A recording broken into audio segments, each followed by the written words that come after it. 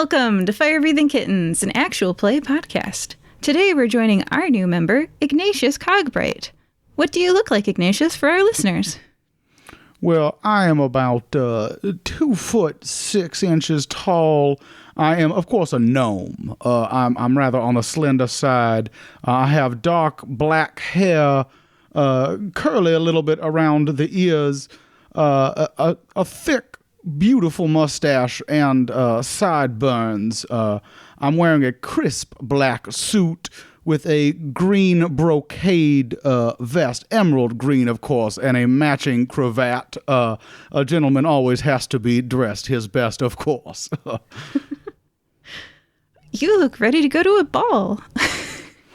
Well, as I said, a gentleman always has to look his best. Yeah. All right. You're a new addition to the crayon box. What color would you be, and why? I would say a sapphire blue. It's a very eye-catching color. Beautiful, of course, and rich in history and splendor, if you will. Oh, brilliant sapphires. Yes. So many gems. I'm playing a rogue this season. All right. Question 2 out of 15.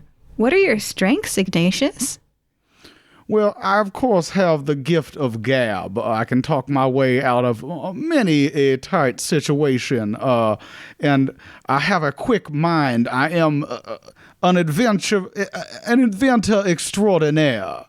That's a useful skill. Yeah, you can always MacGyver yourself out of a scary adventure situation. I do believe there is a mechanism for every situation. Excellent.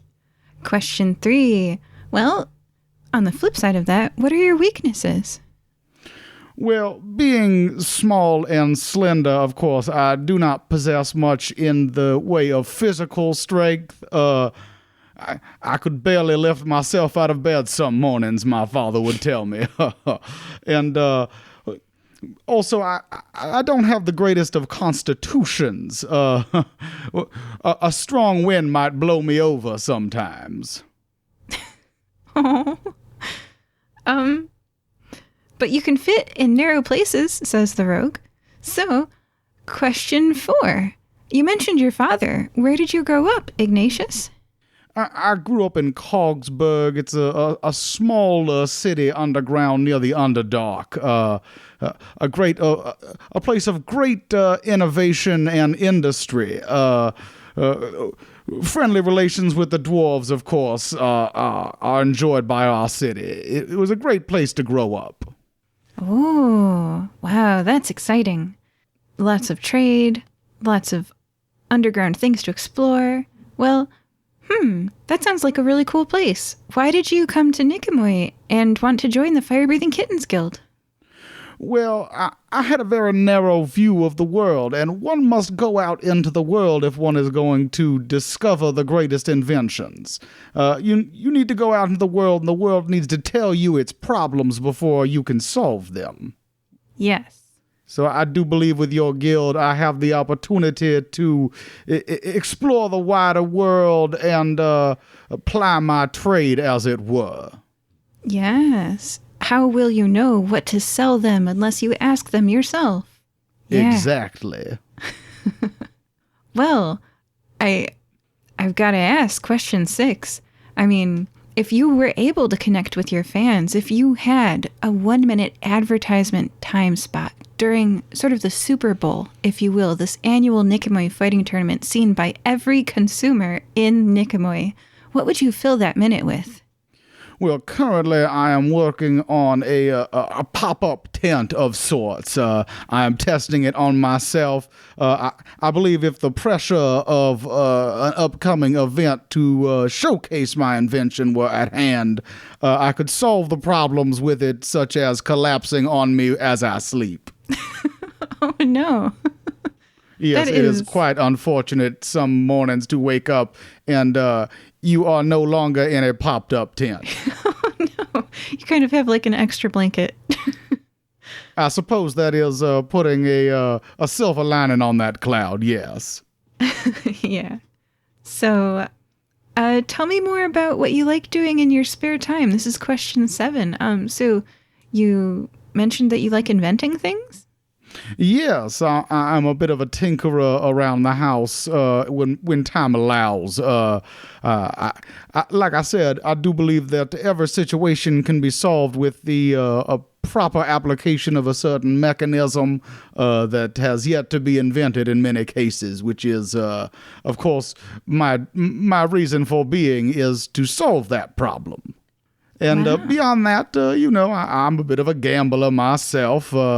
One needs certain hobbies that are profitable if done correctly. Oh, you're a gambler that makes money. Well, when one is prepared in advance, it is easy to determine the outcome of the game before one begins playing in the first place, if you catch my drift. I might understand why you left your hometown. Oh, certainly you misunderstand me. Of course, of course. Question 8 out of 15. What things in life are still a mystery to you, Ignatius? Well, of course, what the problems of the world are that are yet to be solved, that are so grand as to align with my ambitions of becoming the world's greatest inventor. I see. Yes. And question 9. Everybody's got one, but not everybody knows what it is. What's your annoying habit, Ignatius? I tend to need people to see me as intelligent and successful. I will spend myself to the poorhouse to prove that I have the means to spend on people lavishly and spend on myself equally lavishly. Uh-oh. That could be a money problem. Is easy come, easy go sometimes, as they say. Wow, you're living large. Okay, question 10. Do you speak any other languages, Ignatius? Yes, of course, common, gnomish, dwarven, and a smattering of undercommon as well. Gotta talk to the customers to sell things to them, right? Indeed, indeed. All right, well, you're pretty well traveled already, but is there anywhere that you would like to visit?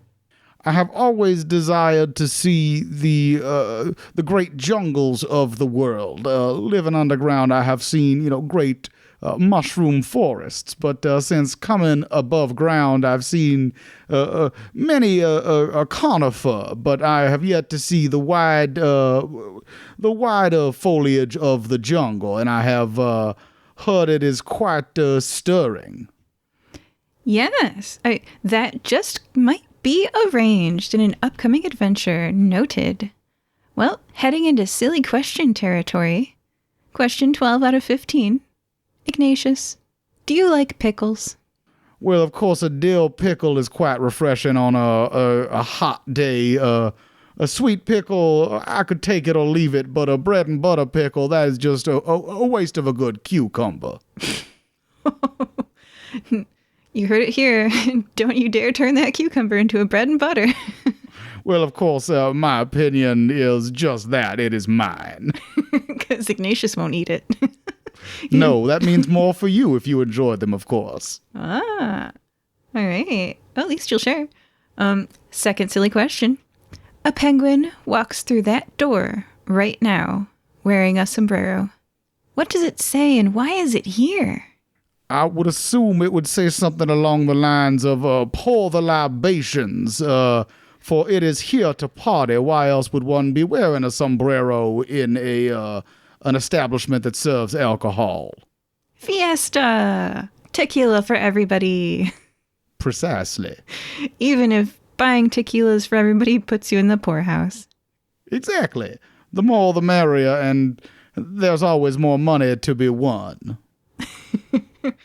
But you might have to leave town after. Okay, question 14. That's where the gift of gab comes in very handy. Yes. Second to last question. Ignatius, what would you like remembered about you? I would like one day to be known as the world's greatest inventor. an inventor extraordinaire like none other. Of course, overshadowing Edmus Thomason, the inventor in Cogsburg that currently holds the title of inventor extraordinaire. Yeah, what has he ever done for anybody? Nothing but stolen inventions. Yeah. Well, we'll see what we can do about that in an upcoming adventure. And very last question, what is one message you would give to your fans? Well, if I was lucky enough to have fans and followers, I would encourage them to have self-reliance and understand that there is no problem that cannot be solved by the proper application of mechanisms.